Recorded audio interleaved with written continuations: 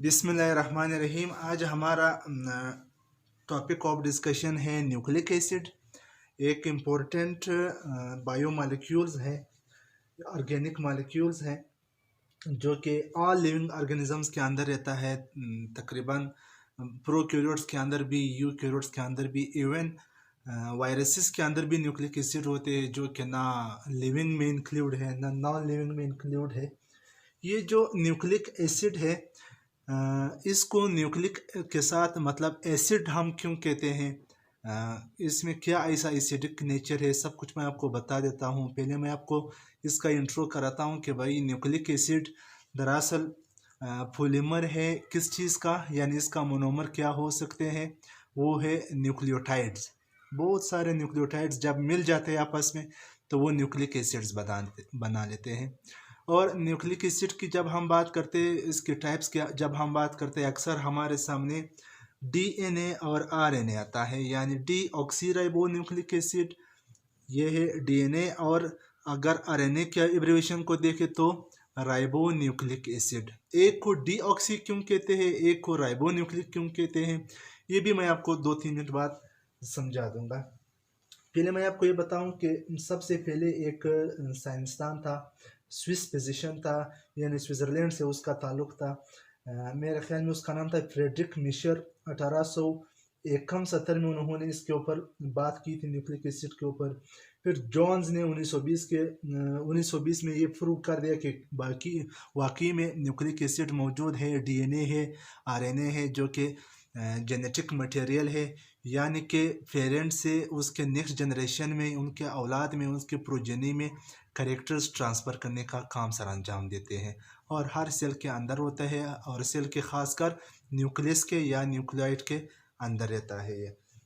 अच्छा, जब इसके केमिकल पोजीशन पर हम बात करते हैं तो मैंने आपको बता दिया कि बहुत सारे जब न्यूक्लियोटाइड्स आपस में मिल जाते हैं तो तब जाकर एक न्यूक्लिक एसिड बना लेते हैं।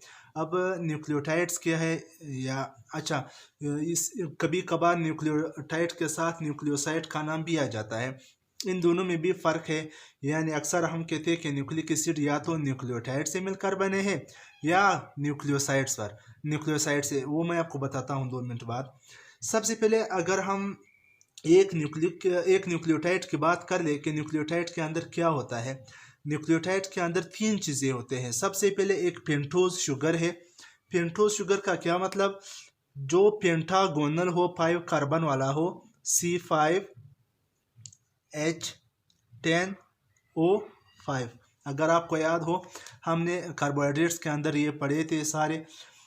और इसके अलावा नाइट्रोजनस बेस एक होता है जो कि नाइट्रोजन कंटेनिंग ऑर्गेनिक बेस है। एक फॉस्फेट या फॉस्फेट ग्रुप है या फॉस्फेट आयन है, या फिर उसको हम कहते हैं फास्फोरिक एसिड। ये तीनों जब आपस में बॉन्ड्स बना लेते हैं तो ये एक न्यूक्लियोटाइड बना लेता है। जब एक से ज़्यादा यानी 2, 3, 4 इस तरह लाइन बना लेते हैं न्यूक्लियोटाइड्स, तब जाकर ये न्यूक्लिक एसिड्स बना लेते हैं, यानी डीएनए का एक बड़ा चेन लाइन बना लेता है और आरएनए का बना लेता है। वो भी मैं आपको बता देता हूँ। अब मैंने न्यूक्लियोटाइड से आगे जाने से पहले आपको ये बताना है कि न्यूक्लियोटाइड्स के अंदर जो पेंटोज शुगर है वो किस तरह होता है।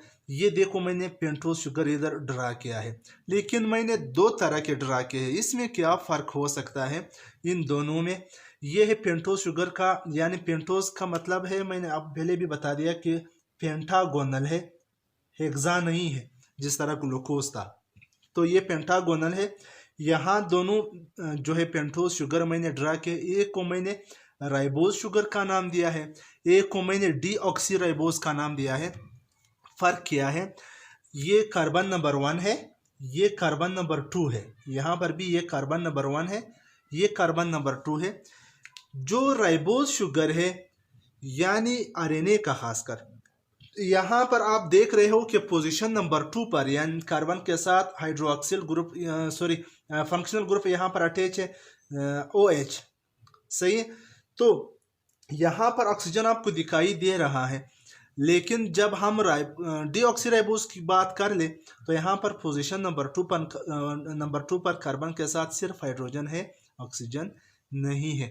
डी का मतलब है नहीं है, ऑक्सी मतलब ऑक्सीजन किधर नहीं है, यानी पोजीशन नंबर 2 पर कार्बन के साथ ऑक्सीजन नहीं है, इस वजह से इसको हम डीऑक्सीराइबो न्यूक्लिक एसिड कहते हैं या डीऑक्सीराइबोस। तो ये हुआ शुगर। इसके साथ मैंने कहा कि एक फास्फोरिक एसिड या फॉस्फेट अटैच है। अगर फॉस्फेट का हमने स्ट्रक्चर लिखना है, बनाना है, ड्रा करना है तो इस तरह हम बनाते हैं। अगर मुकम्मल फास्फोरिक एसिड का बनाना होता है फिर हम इसके साथ हाइड्रोजन ऐड करते हैं, यहाँ पर डबल बॉन्ड, इधर भी OH, तब अब ये फास्फोरिक एसिड बन गया। फास्फोरिक एसिड की वजह से न्यूक्लिक एसिड को हम एसिड कह सकते हैं। यानी मुझे याद है हमारे एमफिल का फर्स्ट डे था क्लास, तो मेरा तो इकोलॉजी था, फिर भी मैं जेनेटिक्स के क्लास में चला गया तो वहाँ पर मैडम पूछती कि न्यूक्लिक एसिड को हम एसिडिक का नाम क्यों देते हैं, एसिड का इसके अंदर क्या है। तकरीबन 15-16 स्टूडेंट्स बैठे थे, किसी ने भी नहीं बताया कि भाई इसके अंदर फास्फोरिक एसिड है, इस वजह से इसको न्यूक्लिक एसिड कहते हैं। चलो खैर है। तो जब एक फॉस्फेट, एक पेंटोस शुगर और नाइट्रोजनस बेस मिल जाते हैं, तीनों मिल जाते हैं तो एक न्यूक्लियोटाइड बना लेते हैं। अब ये नाइट्रोजनस बेस क्या है, नाइट्रोजनस बेसिस 4 होते हैं और उसको हमने 2 कैटेगरी में डिवाइड कर रखे हैं। 2 को अलग रखे हमने, 2 अलग रखे और बल्कि 5 है, एक यूरासिल भी इसके अंदर आ जाता है।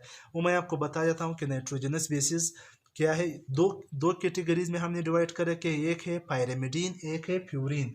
प्यूरिन और पायरेमिडीन में फ़र्क क्या है, प्यूरिन के अंदर सिंगल रिंग जो बेंजीन रिंग है, ये देख रहे हो, ये बेंजीन टाइप रिंग है, ये जो है 6 कार्नर वाला है, जिसको हम कहते हैं हेक्सागोनल, यानी हेक्सागोनल है और सिंगल रिंग है। और इसके अलावा इसके अंदर 2 नाइट्रोजन है, एक नाइट्रोजन ये है पोजीशन नंबर 1 पर, एक नाइट्रोजन ये है पोजीशन नंबर 3 पर। इसके अलावा ये जो पायरेमिडीन है ये या तो साइटोसिन हो सकता है या थायमिन, अगर डीएनए के अंदर हो।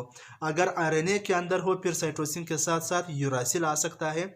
जहाँ तक मुझे पता है कि यूरासिल इतना हेवी नहीं है जितना थायमिन है, तो इस वजह से ये आरएनए के अंदर होता है, थायमिन जो है वो डीएनए के अंदर होता है।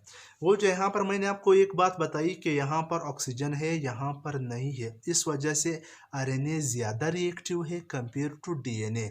लेकिन ये बात भी आपने याद रखना है कि डीएनए ज़्यादा स्टेबल है compare to RNA, that's why it is genetic material. अच्छा, इसके अलावा जब हम प्यूरिन की बात कर ले, यहाँ पर आपको डबल रिंग नज़र आ रहा है। कौन सा डबल रिंग है, एक ये है हेक्सागोनल, एक है पेंटागोनल, यानी यहाँ पर 6 कार्बन वाला या 6 कार्बन वाला रिंग है, यहाँ पर 5 कार्बन वाला है। इसके अलावा यहाँ पर इसको हम कहते हैं हेटेरोसाइक्लिक और इसको हम कहते हैं मोनोसाइक्लिक। वो मोनोसाइक्लिक है ये, या बाईसाइक्लिक भी कह सकते हो या हेटेरोसाइक्लिक भी, यानी 2 जो रिंग है वो एक जैसे नहीं, इस वजह से इसको हम हेटेरोसाइक्लिक कहते हैं। इसके अलावा यहाँ पर जो नाइट्रोजन है वहाँ पर कितने थे, वहाँ पर नाइट्रोजन 2 थे और कार्बन 4। यहाँ पर नाइट्रोजन बल्कि हाँ 2 थे। यहाँ पर जो नाइट्रोजन है वो 4 है और कार्बन 5 है। जो नाइट्रोजन है वो पोजीशन नंबर 1 पर है, पोजीशन नंबर 3 पर है, पोजीशन नंबर 7 पर है, पोजीशन नंबर 9 पर है। जब एक प्यूरिन में से एक कोई भी, यानी इसके एग्जांपल क्या है, एडेनिन है, गुआनिन है, या एडेनिन हो या गुआनिन हो या यूरासिल हो, यूरासिल तो चलो डीएनए के अंदर नहीं आता, साइटोसिन हो या थायमिन हो, अगर इन चारों में से एक भी मिल जाए पेंटोस शुगर के साथ और वो फिर एक फॉस्फेट इसके साथ अटैच हो जाए, तब एक न्यूक्लियोटाइड बन जाएगा। फिर न्यूक्लियोटाइड जो है ये जो न्यूक्लियोटाइड्स है ये मोनो न्यूक्लियोटाइड भी हो सकते हैं, ये डाई न्यूक्लियोटाइड भी हो सकते हैं, ये पॉली न्यूक्लियोटाइड भी हो सकते हैं। जो मोनो न्यूक्लियोटाइड्स है वो है उसके एग्जांपल्स है ATP, और जो इसके अलावा AMP है और साइक्लिक GMP है। इसके अलावा जो डाई न्यूक्लियोटाइड है वो NAD है, यानी nicotinamide adenine dinucleotide. इसके अलावा अगर पॉली न्यूक्लियोटाइड की बात कर ले तो DNA और RNA इसके बेस्ट एग्जांपल्स हैं। अच्छा, आपको एक बात ये भी बताऊं, जब ये तीनों यानी एक नाइट्रोजनस बेस, एक पेंटोस शुगर और एक फास्फोरिक एसिड जब आपस में मिलते हैं तो उनके दरमियान कहाँ कहाँ पर और कौन कौन से बॉन्ड्स बनते हैं। यहाँ पर 2 किस्म के बॉन्ड्स बनते हैं। कौन से बॉन्ड्स है, सबसे पहले अगर एक पेंटोज शुगर है, यहाँ पर देखो एक पेंटोज शुगर है, इसका जो पोजीशन नंबर 1 है, यहाँ पर बेस इसके साथ अटैच होता है किस बॉन्ड के थ्रू, ग्लाइकोसाइडिक बॉन्ड के थ्रू। और इसका जो पोजीशन नंबर 4 है, यहाँ से ऊपर फिर जो कार्बन आता है उसके साथ फास्फोरिक एसिड यानी फॉस्फेट अटैच होता है, और इनके बीच में जो बॉन्ड बनता है उसको हम कहते हैं फास्फोडाइस्टर बॉन्ड। यानी यहाँ पर दो बॉन्ड बन गए, जो बेस और पेंटोज शुगर के बीच में हुआ वो है ग्लाइकोसिडिक बॉन्ड, और जो फॉस्फेट और पेंटोज शुगर के बीच में है वो है फास्फोडाइस्टर बॉन्ड। अगर नेक्स्ट ने इसके साथ मिलना है फिर इस पोजीशन पर, यानी ये जो क्या है, ये OH, यहाँ पर H आता है, यहाँ पर बॉन्ड इनके बीच में बन जाता है, बल्कि यहाँ पर वो नहीं आता है, फिर एक वाटर मॉलिक्यूल निकल जाता है और इनके दरमियान जो बॉन्ड बन गया इसको हम कहते हैं फास्फोडाइस्टर बॉन्ड। तो ये सब एक बुनियाद था न्यूक्लिक एसिड का। अगर आपने तफसीलन इसको मज़ीद समझना है कि भाई DNA क्या है, RNA क्या है, तो सिर्फ मैंने आपको न्यूक्लियोटाइड्स बता दिया। फिर जब ज़्यादा न्यूक्लियोटाइड्स मिल जाते हैं तो फिर वो DNA बना लेते हैं। उसके लिए आपने इंतज़ार करना होगा, नेक्स्ट मेरा जो लेक्चर है वो DNA के ऊपर है, आपको ढेर सारा इंफॉर्मेशन मिल सकता है उस लेक्चर के अंदर। फिर RNA के ऊपर भी अलग लेक्चर है। उम्मीद करता हूँ आपको ये सारी बातें आसान अल्फाज में समझ आ गए, और मेरा जो चैनल है उसको सब्सक्राइब कीजिए, अपने दोस्तों को भी बुलाए इसके ऊपर। Thank you. एक चीज़ मैंने नहीं बताई वो क्या है, एक न्यूक्लियोटाइड है एक न्यूक्लियोसाइड है। मतलब न्यूक्लियोटाइड वो है जिसमें एक नाइट्रोजनस बेस ग्लाइकोसिडिक बॉन्ड बनाए किस चीज़ के साथ, पेंटोज शुगर के साथ, और एक जो फॉस्फेट है या फास्फोरिक एसिड है वो फास्फोडाइस्टर बॉन्ड इसके साथ बनाए इस शुगर के साथ। तो ये एक मुकम्मल न्यूक्लियोटाइड बन गया। अगर नाइट्रोजनस बेस सिर्फ शुगर के साथ ग्लाइकोसिडिक बॉन्ड बनाए और यहाँ पर फास्फोरिक एसिड अटैच ना हो तो वो न्यूक्लियोसाइड है, बाकी कोई फ़र्क नहीं इन दोनों में।